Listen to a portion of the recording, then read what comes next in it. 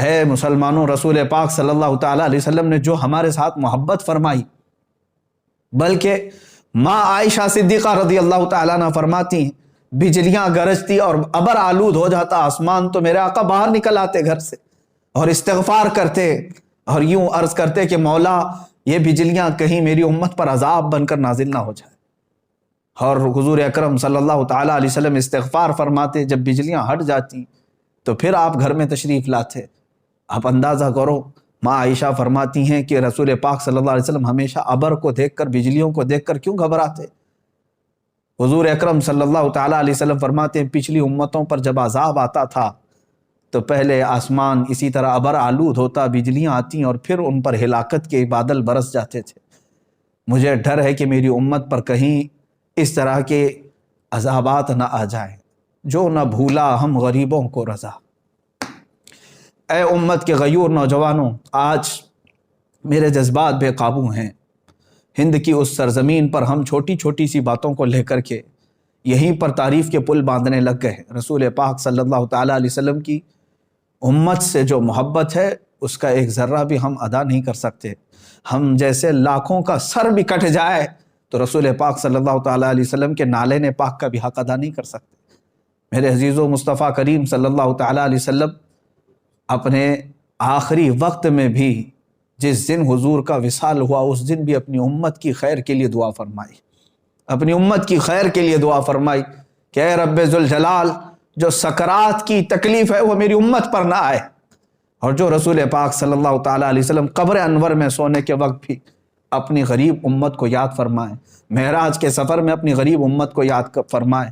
اب مجھے بتاؤ کہ ہم نے رسول پاک صلی اللہ تعالیٰ علیہ وسلم کا کون سا حق ادا کیا؟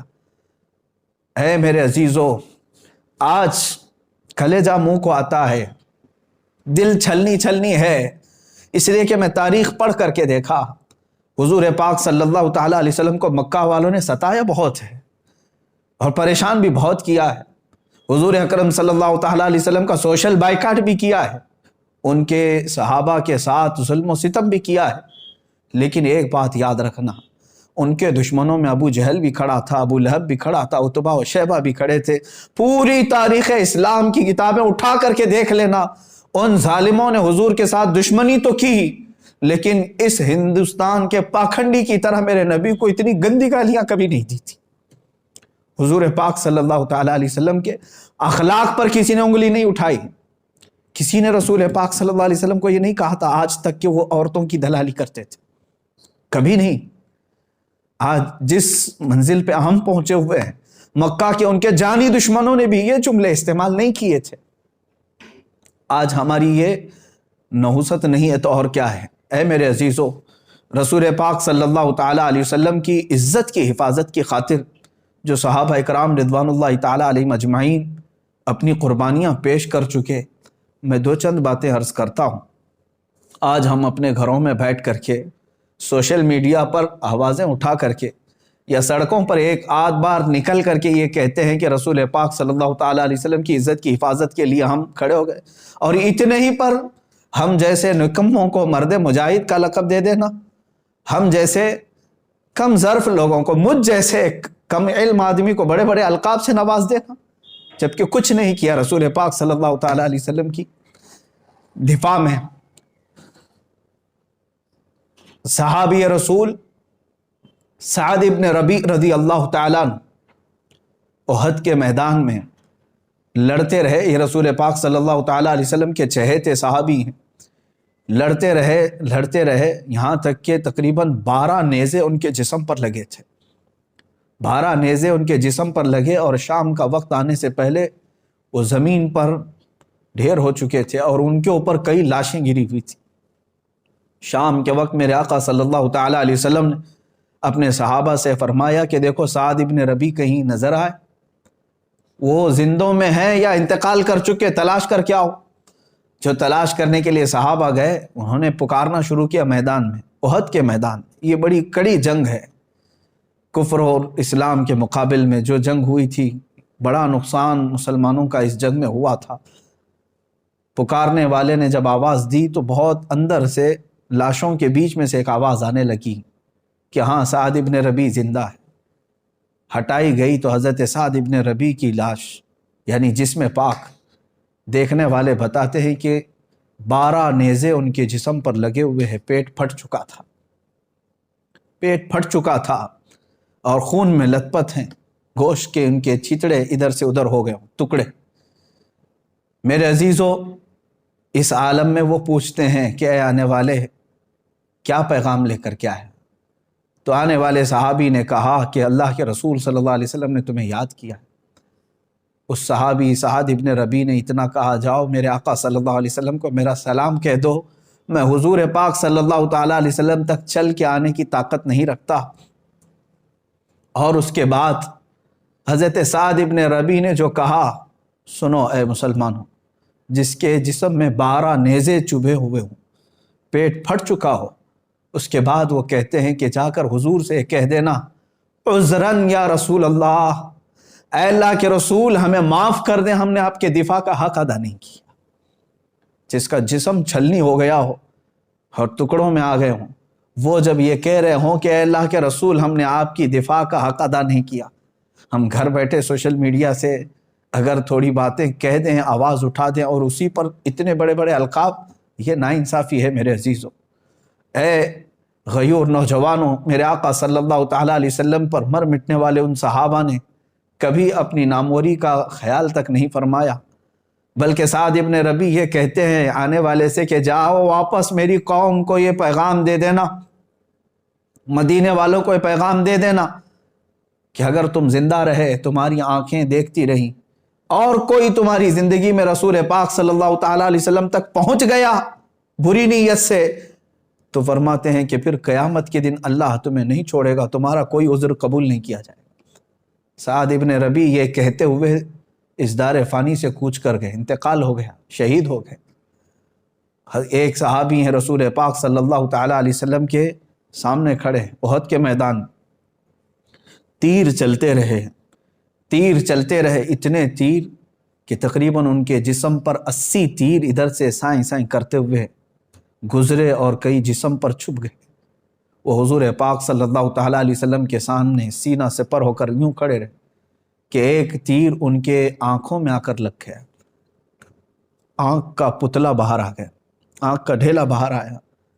اللہ کے حبیب صلی اللہ تعالیٰ علیہ وسلم کے دفاع میں اس وقت تک بھی وہ اپنا قدم نہیں ہٹا رہے تھے۔ اتنی قربانیاں دینے کے باوجود بھی انہوں نے کبھی یہ نہیں کہا کہ ہم نے رسول پاک صلی اللہ تعالیٰ علیہ وسلم کی ناموس پہ پہرا دے دیا۔ اے مسلمانوں، ان القابات اور ان تمام تر مبالغات سے باہر نکل آؤ، ان تمام چیزوں سے باہر نکل آؤ، میدان عمل میں اترنے کی آج تمہیں ضرورت ہے۔ اللہ کے حبیب صلی اللہ تعالیٰ علیہ وسلم کی عزت کی حفاظت کے لیے جنہوں نے کیا، آج میرا دل درد کر رہا تھا، اس لیے میں آپ کے سامنے حاضر آ گیا۔ سلطان صلاح الدین ایوبی رحمۃ اللہ تعالیٰ علیہ کی وفات یاد آتی ہے۔ انگریزوں نے بھی صلاح الدین ایوبی کا ذکر بڑے اچھے سے لکھا ہے، کہا کہ ایک انصاف پسند جرنیل تھا اور جتنی جنگیں ہوئی ہیں ظلماً صلاح الدین ایوبی نے کسی کو قتل نہیں کیا، قیدی بھی آتے تو ان کو رہا کرنے کا حکم دیتے تھے۔ ایک بار ایسا ہوا کہ ایک اسلامی قافلہ شام سے مصر کی طرف جا رہا تھا، بیچ راستے میں برنس نام کا ایک جرنیل تھا جو عیسائی تھا، اس نے قافلے کو روک لیا اور لوٹا، مسلمان عورتیں بھی تھیں، بچیاں بھی تھیں، اور پورے قافلے میں سے تقریباً 2 لاکھ دینار اس نے لوٹ لیا اور مار رہا تھا باندھ کر کے، اس میں عورتیں بھی تھیں، بچیاں بھی تھیں۔ تو ان لوگوں نے رحم کے لیے کہا، تو اس ظالم نے کیا کہا، کہاں ہے تمہارا محمد، اس کو بلاؤ، مدد کیوں نہیں کرنے آتا، معاذ اللہ، اتنا کہا تھا انہوں نے، ادعوہ محمد ینصرکم، تم بلاؤ اپنے اسی محمد کو، رسول پاک صلی اللہ علیہ وسلم کے مطابق، کہ وہ تمہاری مدد کرے، تم بہت کہتے ہو نا رسول رسول، لیکن یہ واقعہ ہو گیا، لٹ گئے، اور کسی نے آ کر کے صلاح الدین ایوبی کو ذکر کر دیا۔ مصر میں ان کی جب خلافت تھی، صلاح الدین ایوبی اس زمانے میں بہت سخت بیمار تھے، بیماری کے عالم میں وہ تڑپ گئے اور کہا، اے اللہ، ایک آخری میں تیری بارگاہ میں منت مانگتا ہوں، مجھے شفا یابی دے دے، مجھے صحت یابی دے دے، اور پھر اس برنس کو میں بتاؤں کہ محمد صلی اللہ علیہ وسلم مدد کیسے کرتے ہیں۔ اور جانتے ہیں آپ صحت یاب ہوتے ہوتے آپ نے جنگوں کا پھر سے ایک محاذ چھیڑ دیا، 2 سے 2.5 سال لگ گئے، فلسطین پہنچے آپ بیت المقدس کی فتح کے بعد۔ جتنے وہاں پر عیسائی تھے سب کو آپ نے اعلان کر دیا کہ جو امن و امان سے رہنا چاہتا ہے رہے، یا جانا چاہتا ہے تو وہ جا سکتا ہے۔ سارے جو رہنے والے تھے وہ رہ گئے، جانے والے جا رہے تھے، لیکن صلاح الدین ایوبی رحمۃ اللہ علیہ نے ایک اعلان کیا تھا اپنے سپاہیوں کو کہ برنس اگر کہیں ملے تو اسے چھوڑنا نہیں، گرفتار کر کے لے آؤ۔ تلاش کرتے ہوئے سپاہی پہنچے، ایک خیمے میں وہ چھپا ہوا تھا، وہاں سے اسے قید کر کے لے آئے۔ اور صلاح الدین ایوبی رحمۃ اللہ علیہ کی آنکھیں اس وقت لال تھیں، سرخ تھیں۔ اس کو سامنے کھڑا کیا اور کہا تو ہی وہ بدبخت ہے جس نے کہا تھا کہ محمد کو بلاؤ اور وہ تمہاری مدد کرے۔ اللہ اکبر۔ یہ جملہ دہرانے کے بعد صلاح الدین ایوبی رحمۃ اللہ علیہ اپنی تلوار اٹھاتے ہیں۔ وہ کہتا ہے صلاح الدین تم تو جنگی قیدیوں کو معاف کرتے ہو، چھوڑ دیتے ہو۔ صلاح الدین ایوبی نے فرمایا ہاں میں نے ہر جنگی قیدی کو معاف تو کیا ہے، لیکن جس نے میرے رسول پاک کی شان میں بھونکا ہے پھر یہ میری تلوار اگر اس پر نہ چلے تو یہ کسی کام کی نہیں۔ صلاح الدین ایوبی رحمۃ اللہ علیہ نے اسے کیفر کردار تک پہنچایا۔ اے مسلمانوں، اے میرے عزیزوں، بات کتنی تھی۔ اس نے جو کہا تھا، یہاں تو میرے آقا صلی اللہ تعالیٰ علیہ وسلم کی شان میں کیا کیا نہیں کہا جا رہا ہے، کیا کیا نہیں کہا جا رہا ہے۔ لوگ اب بھی یہ کہتے ہیں کہ مصلحت کے ساتھ اب جینا کس کام کا رہ گیا ہے۔ جہاں پر ہماری سانسوں میں گھٹن پیدا ہو رہا ہے، اسلام کے لیے ان ظالموں نے کہا کہ یہ کوئی ریلیجن ہی نہیں ہے۔ کیا یہ بکواس سوشل میڈیا پر نہیں ہے؟ وہ کہتے ہیں یہ کوئی دین ہی نہیں ہے، چند گنڈوں نے مل کر کے مال لوٹنے کے لیے ایک سنگٹن بنائی اور یہ مذہب بنا دیا۔ میرے اسلام اور حق دین کو اس طرح کے جملے استعمال کیے۔ اللہ کے نبی صلی اللہ تعالیٰ علیہ وسلم کی شان میں جو الفاظ استعمال کیے گئے وہ زبان پر لانا دشوار ہے، اور حد ہو گئی اب اللہ رب العزت کی بارگاہ میں بھی اس طرح کے جملے کہنا اور شیطان سے منسوب کر دینا۔ اے مسلمانوں، کیا اب بھی یہاں پر ہم ان تمام چیزوں کو سن کر کے خاموش رہیں؟ یہی تمام معاملات تھے جس کی وجہ سے اس بے قرار دل نے اس کفر کی دھرتی کو پکارا کہ آ جا، اگر تجھے اتنا یقین ہے تو اللہ رب العزت اور رسول پاک صلی اللہ علیہ وسلم اور اسلام و قرآن کی شان کیا ہے ہم بتاتے ہیں۔ میرے عزیزوں، یہ موبائلے کا چیلنج ایک طرف تھا، اس کو چھوڑو میری طرف، مگر اب میں ان تمام علماء سے کہتا ہوں، یہاں پر بہت سارے علماء اکرام ابھی سوشل میڈیا پر ایکٹیو ہو چکے ہیں۔ کس بارے میں؟ اسی بارے میں لے کر کے کہ مفتی سلمان اظہری نے مباہلے کا چیلنج دے دیا، بعض تنقید میں بعض تعریف میں ہے۔ میں تنقید کرنے والوں کو ایک جملہ بھی نہیں کہنا چاہتا، بہت محترم وہ علماء ہیں، مجھے کوئی غرض نہیں میری تنقید اور تعریف سے، لیکن تعریف کرنے والے علماء جس میں بہت سارے ہیں جنہوں نے مسلسل 2 دن سے اپنے اوقات لگا دیے ہیں، میں ان سب سے گزارش کروں گا، اے گروہ علماء، اللہ تبارک و تعالیٰ نے تمہیں علم کی امانت سپرد کی ہے۔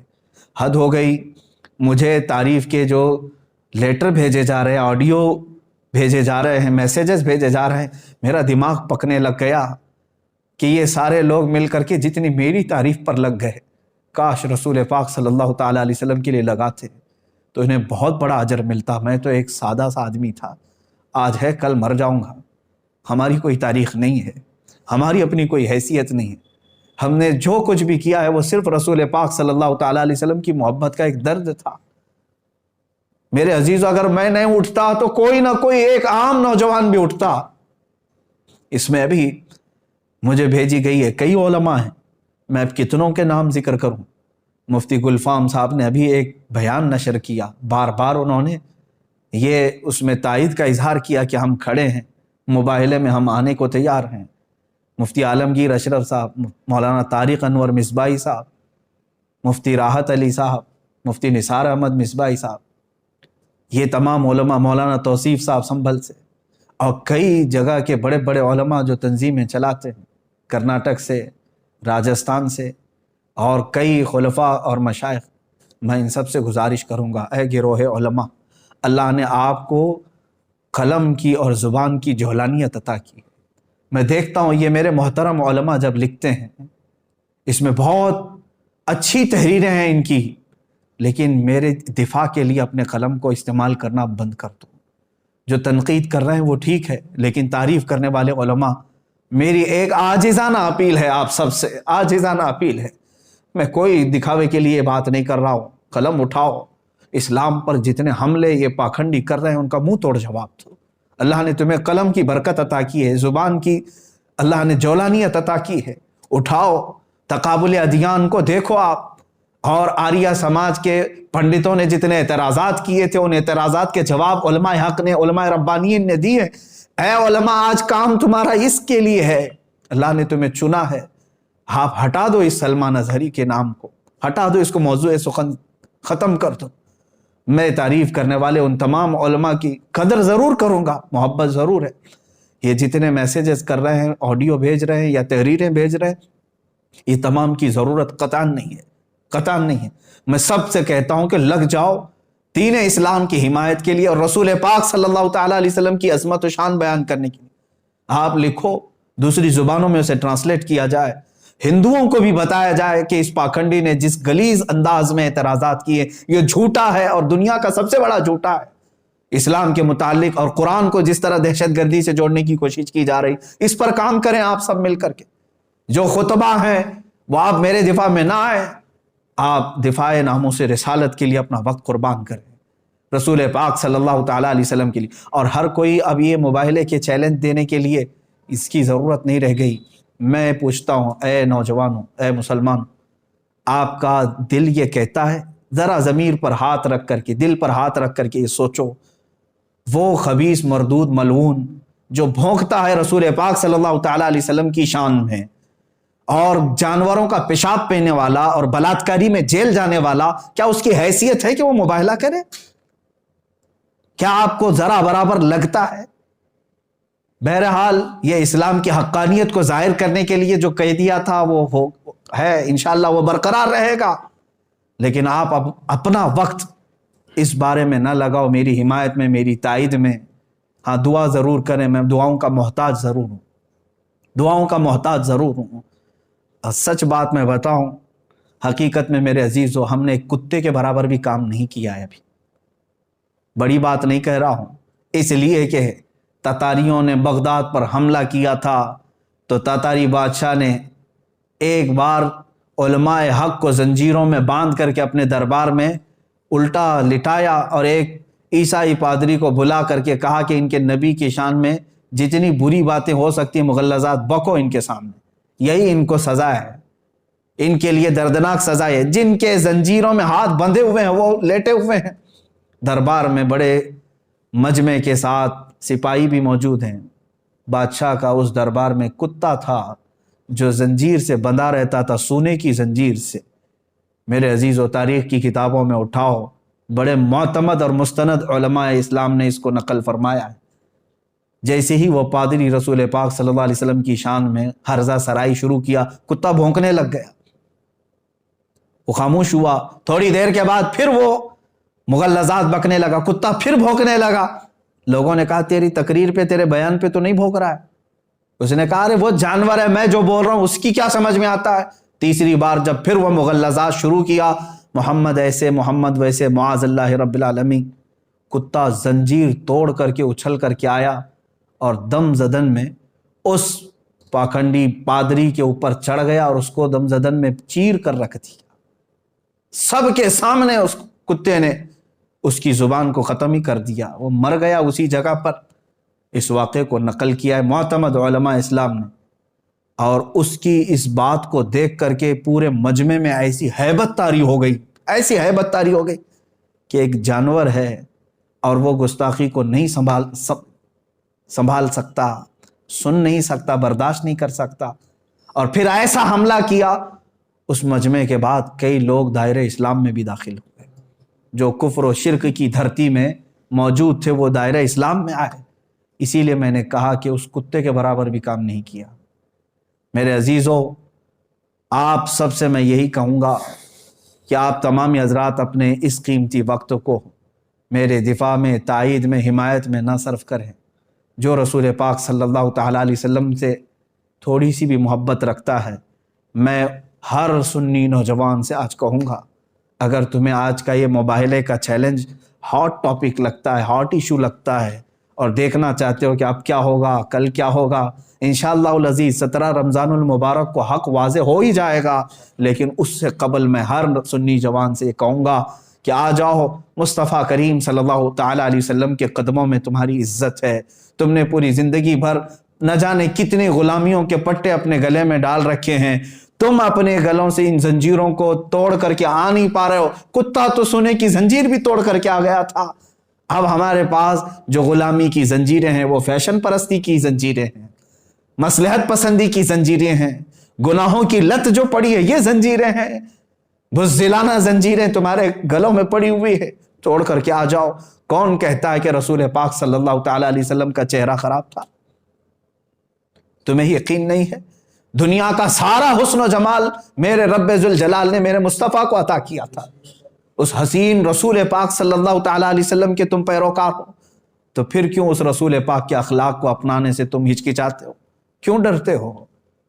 ہزار تانوں کو چھوڑ دو، لوگ کیا کہتے ہیں، تم یہ دیکھو کہ میرے آقا کل قیامت کے دن مجھے کیا کہیں گے، میرا چہرہ دیکھنے کے بعد حضور صلی اللہ تعالیٰ علیہ وسلم کیا کہیں گے؟ میں نے چہرہ یہودیوں کا بنایا، میں نے چہرہ کفار و ہنود کا بنایا، اور بات کرتا ہوں رسول پاک صلی اللہ علیہ وسلم کی۔ اے مسلمانوں، میں آپ تمام سے یہی گزارش کروں گا کہ حضور پاک صلی اللہ تعالیٰ علیہ وسلم کی طرف آ جاؤ، اٹھو، وہ اگر نہ حشر نہ ہوگا پھر کبھی، دوڑو کہ زمانہ چال اپنی چل گیا۔ اور آج میں اسی بات پر آپ سب کو یہ میسج ضرور دینا چاہوں گا، کیوں نام محمد پر مر نہ جائیں ہم عزت سے، یوں بھی تو ہمیں دنیا سے ایک دن تو جانا ہے، یوں بھی تو کسی دن ہم کو دنیا سے تو جانا ہے۔ رسول پاک صلی اللہ تعالیٰ علیہ وسلم کے ہو کر کے جائیں گے تو قیامت کے دن سر بلند رہو گے، سرخرو رہو گے۔ اس لیے کہ میرے عزیزوں، ہمارا یہ قان ہے، ہمارا یقین ہے، ہمارا یہ بھروسہ ہے کہ ہماری قبر میں بھی رسول پاک صلی اللہ علیہ وسلم تشریف لائیں گے۔ قیامت کے دن انہی کی شفاعت اور سفارش ہمارے لیے کام آئے گی، تو دنیا میں ان کے ہو جاؤ اور انہی کی طرف لو لگا لو، اور اپنا جینا مرنا رسول پاک کے لیے کر دو۔ سیدی سرکار اعلیٰ حضرت فاضل بریلوی رضی اللہ تعالیٰ عنہ نے اپنی پوری زندگی دفاع ناموس رسالت کے لیے وقف کر دی۔ ہزار ان کے زمانے میں بھی ان کو لے کر کے تنقیدیں اور تعریفیں ہوتی رہی ہوں گی، لیکن ان کی کتابوں میں مجھے بتاؤ کہاں انہوں نے اپنی تنقید کرنے والوں کے لیے کیا لکھا، تعریف کرنے والوں کے لیے کیا لکھا؟ بلکہ کہیں پر کچھ ملتا نہیں ہے۔ انہوں نے تو صرف یہ کہا ہے، کروں مدح اہل دول رضا، پڑے اس بلا میں میری بھلا، میں گدا ہوں اپنے کریم کا، میرا دین پا رہے نہ نہیں۔ انہوں نے تو زندگی بھر رسول پاک صلی اللہ تعالیٰ علیہ وسلم کے لیے قلم اٹھایا۔ میں خاص طور پر آج سوشل میڈیا پر ایکٹیو علماء کے لیے ہی سامنے آیا تھا کہ آج قوم آپ کی طرف دیکھ رہی ہے، اور آپ مجھ جیسے ایک کمتر اور چھوٹے سے طالب علم کے دفاع میں اور حمایت میں اپنے قلموں کا استعمال نہ کریں۔ حضور پاک صلی اللہ تعالیٰ علیہ وسلم کے لیے، شان اسلام کے لیے، اور کفار و مشرکین جو بھدے اعتراضات کرتے ہیں ان کا منہ توڑ دنداں شکن جواب دینے کے لیے اپنے قلم کی جولانیت کا استعمال کریں، خطبہ اپنی زبانوں کو انہی کے لیے استعمال کریں، اس لیے کہ اللہ نے یہ امانت کے طور پر آپ کو علم دیا ہے، اور آپ کو یہ علم خرچ کرنا ہی ہے رسول پاک صلی اللہ تعالیٰ علیہ وسلم کی عزت کی حفاظت کے لیے۔ اور آخر میں یہی کہوں گا، جس کو اعلیٰ حضرت رضی اللہ تعالیٰ عنہ نے بطور میسج ہمیں دیا ہے، انہیں جانا انہیں مانا، نہ رکھا غیر سے کام، للہ الحمد میں دنیا سے مسلمان گیا۔ اے میرے عزیزو، آج میں نے یہ جو کچھ بھی باتیں کہیں اسی لیے کہ میں بے چین ضرور ہوں، لیکن دنیاوی حالات اور پریشانیوں کو لے کر کے نہیں، کہ میرے اوپر کیا دباؤ بن رہا ہے اس کو لے کر کے میں ہرگز پریشان نہیں ہوں، بلکہ ابھی میں آپ کو بتاؤں، آپ سب حضرات جانتے ہوں گے رمضان المبارک آ چکا ہے۔ آج ہی کل ہی میرے پاس ایک نوجوان بچہ آیا، انجینئر بھی ہے، بیٹھے تھوڑی دیر بات کرنے کے بعد بتایا اس نے کہ پچھلے 1.5 مہینے سے وہ کھانے کو، گوشت کو ہاتھ تک نہیں لگایا، صرف اس لیے کہ جس جگہ رسول پاک صلی اللہ تعالیٰ علیہ وسلم کو گالیاں دی جا رہی ہوں اور میں نرم نرم غذائیں کھاؤں۔ اس نوجوان کی اس بات کے بعد کیا ہمارا دل کھول نہیں جاتا؟ ہم بھی تو آج سارے لوگ مستیوں میں ہیں، ہمارے پاس جو کچھ بھی دیا ہوا ہے وہ رسول پاک کے نام کا ہے، علماء آپ سب کو معلوم ہے، مشائخ آپ سب کو معلوم ہے، ہم آج تک رسول پاک کے نام پر ہی کھا رہے ہیں، حضور پاک صلی اللہ تعالی علیہ وسلم کا نام لیتے ہیں اور کھاتے ہیں۔ لیکن آج تک میری اتنی عمر میں میرے باپ کو، میری ماں کو یا میرے بھائیوں کو ایسی گالیاں تو میں نے اب تک نہیں سنی جس طرح کی گالیاں اس خبیث ملعون نے میرے نبی کو دی۔ تم بتاؤ، تم اپنی زندگیوں میں نوجوان ہو، تمہیں ایسی گالیاں کس نے دی تھی آج تک؟ تم بتاؤ۔ تمہاری داڑھیوں کو دیکھ کر کے لوگ گالیاں نہیں دیتے، آج تم سر پہ ٹوپی رکھتے ہو تو تمہیں لوگ گالیاں نہیں دیتے۔ تمہاری ماں کو اور تمہارے باپ کو کس نے اس قدر گالیاں دی تھی؟ تمہیں کبھی کسی نے دلال کہا عورتوں کا؟ لیکن دنیا کے سب سے پاکیزہ انسان کو جس نے اس طرح کے الفاظ استعمال کیے، آپ بتاؤ اب اس کے بعد اگر ہمارے جذبات بے قابو نہ ہو تو اور کیا ہو؟ ہم نے اپنے گھر والوں کے لیے کبھی اس طرح کی گالیاں نہیں سنی۔ اب میں اپنے اس گفتگو کو ڈائیورٹ کرتے ہوئے کہتا ہوں، ان ہندوؤں سے بھی، ان پاکھنڈیوں سے بھی، اگر تم نے طے کر ہی لیا ہے کہ مسلمانوں کو ٹھیس پہنچانا ہے تو لے لو ہم سب کی زندگیوں کو اور آج ہی سے کوسنا شروع کرو، ہمیں جتنی گالیاں دیتے ہو دے لو۔ ایک بار میرے مصطفیٰ صلی اللہ تعالیٰ علیہ وسلم کی طرف انگلی اٹھانا چھوڑ دو، اس قرآن عظیم کو بولنا چھوڑ دو۔ ہماری زندگیاں موجود ہیں میرے عزیزو۔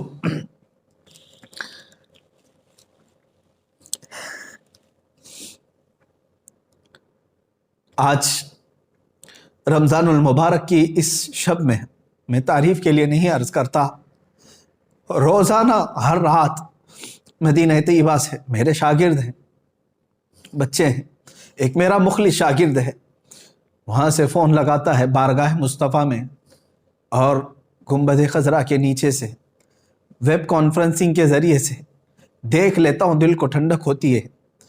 آج وہ نوجوان بچہ میرا شاگرد باب السلام سے حضور کی جالیوں کے پاس پہنچا، ہمت نہیں ہو سکی حضور کو سلام کرنے کی، رسول پاک صلی اللہ تعالیٰ علیہ وسلم کو سلام پیش کرنے کی ہمت نہیں ہو سکی۔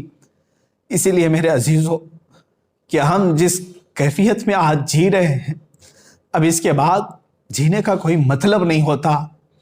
آپ سمجھیں، برائے کرم سمجھیں میری اس بات کو۔ یقیناً میں جذبات میں بہت کچھ کہہ رہا ہوں، لیکن اے سنی مسلمانوں بیدار ہو جاؤ، آج اپنے اتحاد کو قائم کرو، صرف نام رسول پر علماء بیان بازیاں بند کریں اور میرے مصطفیٰ کے نام پر ایک بار جمع ہو جاؤ، اور رسول پاک صلی اللہ تعالیٰ علیہ وسلم کی مدد ضرور آئے گی۔ ہم دنیا سے جانے سے پہلے اتنا چہرہ تو بنا لیں کہ حضور پاک صلی اللہ تعالیٰ علیہ وسلم کو دکھا سکے، حضور پاک کی بارگاہ میں حاضر ہونے جیسی تھوڑی سی شکل تو بنا سکے۔ اس لیے اب اس کے بعد مجھے کچھ فرق نہیں پڑتا کہ مجھے حکام وقت قید کریں یا سولی پر چڑھائیں یا ختم کر دیں، اس لیے کہ ہم جیسوں کے ساتھ اب ہونا یہی چاہیے تھا کہ جو رسول پاک صلی اللہ تعالیٰ علیہ وسلم کو گندی گالیاں سن کر کے مزے سے کھاتے پیتے اور سوتے ہیں، عذاب آ جانا چاہیے تھا۔ پھر بھی میرے آقا کی رحمت کاملہ ہے کہ وہ اب بھی اپنی امت کو درد اور تکلیف میں دیکھنا گوارا نہیں کرتے۔ قرآن نے ان کے متعلق ہی کہا ہے، عزیز علیہ ما عنتم، حضور فرماتے ہیں تمہارے قدموں میں کانٹا بھی چبھ جائے تو مجھے یہ برداشت نہیں ہوتا۔ رسول پاک صلی اللہ تعالیٰ علیہ وسلم کو ہمارے قدموں میں چبھنے والا کانٹا گوارا نہیں، اور ہم آج اپنے کانوں سے حضور کے لیے گندی گالیاں سن کر گوارا کیسے کر سکتے؟ بس میں کہنے کی طاقت میں نہیں ہوں، اخیر میں اتنا کہوں گا، عذراً یا رسول اللہ، اے اللہ کے نبی، ہم نکموں کو معاف فرمائیں، بد ہیں تو آپ کے، بھلے ہیں تو آپ کے، ٹکڑوں پہ پلے یہی کے رخ کدھر کریں، یا رسول اللہ آپ ہی کی تو شان ہے۔ گندے نکمے کمی، مہنگے ہیں کوڑی کے تین، کون ہمیں پالتا، تم پہ کروڑوں درود کر کے تمہارے گناہ، مانگے تمہاری پناہ، تم کہو دامن میں آ تم پہ کروڑوں درود۔ اے رسول مختار صلی اللہ تعالیٰ علیہ وسلم، ہند کے ان ہم جیسے بزدل مسلمانوں کو معاف فرما دے اور قوت حیدری عطا فرمائے۔ علماء کی زبان میں اے اللہ کے نبی طاقت و قوت عطا فرمائے، جوانوں کو بازو میں طاقت و قوت عطا فرمائے۔ ہم جئیں تو سر بلند کر کے جئیں اور آپ کی شان میں گالیاں سن کر کے نہ جئیں۔ اے رسول پاک، مدد کی بھیک ہے، مدد کی بھیک۔ اے خاصان رسول، وقت مدد ہے، امت پہ تیرے وقت عجب آ کے پڑا ہے۔ وآخر دعوانا الحمدللہ رب العالمین۔